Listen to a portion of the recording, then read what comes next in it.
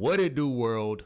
Welcome back. Charge the Game podcast, man. And the Shador Sanders, Shilo Sanders, Deion Sanders, all of the Sanders, you guys have given us great content, by the way. Great content. I mean, this thing is so wild. I got to make about 3 or 4 videos of the Sanders family in totality just today. Because God knows what the media is going to do Monday morning through Friday evening when it comes to the Sanders family. As they continue to live up to their reputation, they definitely give you get your popcorn ready vibes. As Shilo Sanders, okay, we already made the video about Shador Sanders not having the best performance, moody attitude, all of the implications of why teams did not want to further draft him beyond the second round or the first round, right? But Shilo Sanders, man, a guy who was already looking, I think, at the 4th string safety spot, decides to let the moment get the best of him, right? And to me, guys, it's deeper than what this video is showing. I'll go through and elaborate that. Trust and believe your guy, Chuck over here. I'm going to do that for you, okay? I'm going to tell you guys the deeper meaning behind all of this. But he's found himself in a rocky situation and has been cut.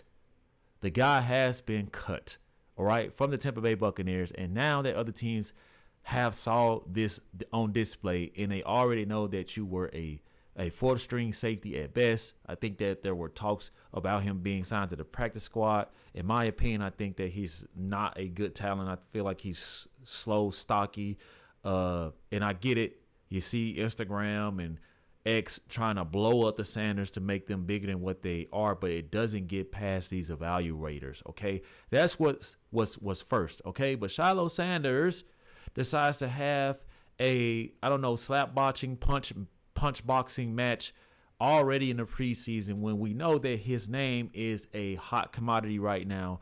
And anything that he does in a negative light, and I get it, if you were somebody that was potentially close to being a 2nd string or 1st string starter, then maybe, guys, then this would have been okay. Like we saw Xavier Leggett or whatever he calls himself with the fake country accent. We saw him get into a fist fight, but he's already a starter. So he's going to be excused, okay? Shilo Sanders and his brother Shador Sanders, they aren't leaving good taste in a lot of these teams' mouths. And already, guys, I will have to tell Shilo that you should have been smarter in this situation when you know that you are a target, your brother's a target, and your dad is going to constantly be a target. It probably wasn't the best thing to do, right? And let's all remember, guys, Todd Bowles, right? Todd Bowles, the head coach of the Tampa Bay Buccaneers, is what?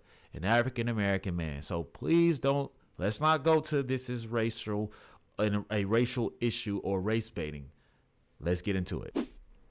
I mean, you guys ask me, man, it's almost like the tight end purposely already knew that he was getting inside of Shilo Sanders' head. Shilo Sanders is a bit undersized too, but it already looks like that he knew he was getting the upper hand here with Shilo Sanders. And Shilo Sanders is someone who you guys have to remember. He's literally being sued right now for obviously the incident that happened in his high school. He's known to be a hot-headed, privileged, entitled. Some guy got, the whole paralyzed situation. That's something you guys can do your research on. But I have to say, guys, even in this type of predicament here, Shilo, man, you should have been a bit smarter, man, especially because you know that there are a lot of eyes on you. A lot of people or these organizations, these head coaches, these coordinators, and these position coaches, they already have to watch you closely because of how you've carried yourself all through college, man. And for you to come and do something like this, and you're trying to make the team, there's a difference when you're already established. Like I told you guys with the Xavier Leggett situation, you got to be on your best behavior. I get it, man. You probably just want to show them that you're just not some rich, privileged kid, that you ain't no punk. I get this. And it's probably going to look like to those who want to raise bait that the white tight end was the one, initiating this. And maybe that was the case because this happens in sports. They talk shit. Okay. They talk a lot of shit.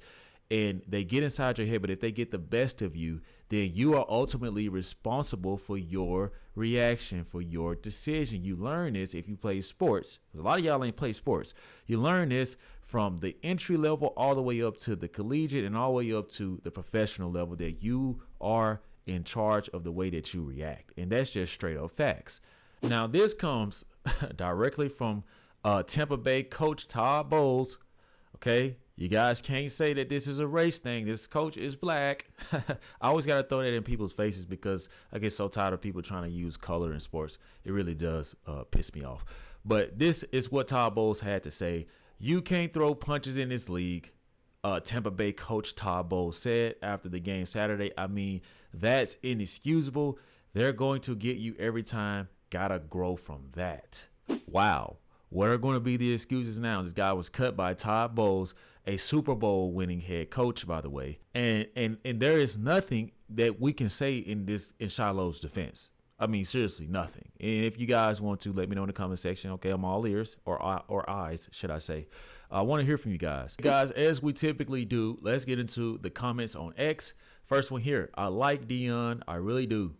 Shador isn't a bad guy, and I wish the best for him. Shilo is a brother that gives everyone else a bad rap. Oh, it's sad, but I'm sure he feels like he's the overlooked one. I hope he finds peace in himself. And that's a pretty well put together comment here. And I told you guys, he's been the one known to be the hot-headed one, the cocky one, the one that literally is less talented.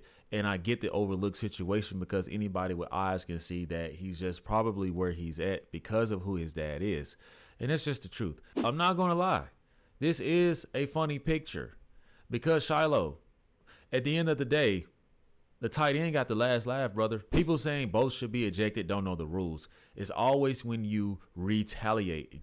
I'm trying to tell you guys, it's not the instigator that gets the flag.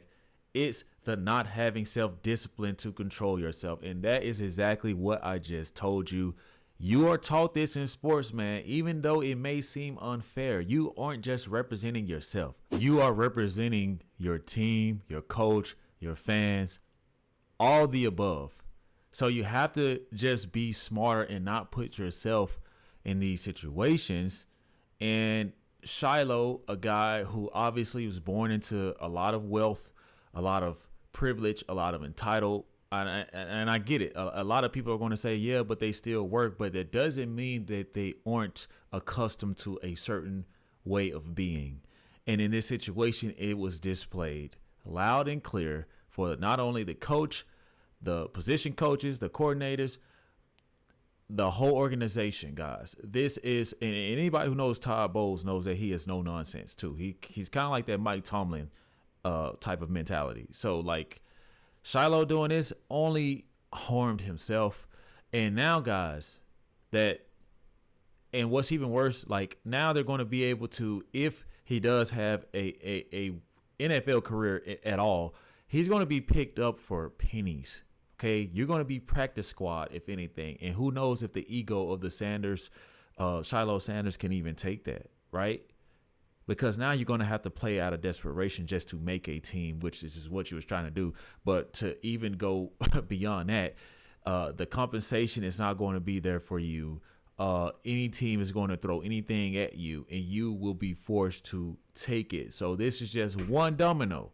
Right? One domino. We'll see how this Shador Sanders situation go. He seems to be a little more, cognizant, a little more. I mean, he has his ways too, but he seems to be a far more sharper person to me than Shilo Sanders. Okay, and less hot-headed. And we saw the moping and the groaning on the sideline from Shador Sanders this past weekend, but he will see with this that this doesn't work at the pro level. So you guys let me know what y'all think. Do y'all think that Todd Bowles did the right thing in cutting Shilo Sanders and letting him go?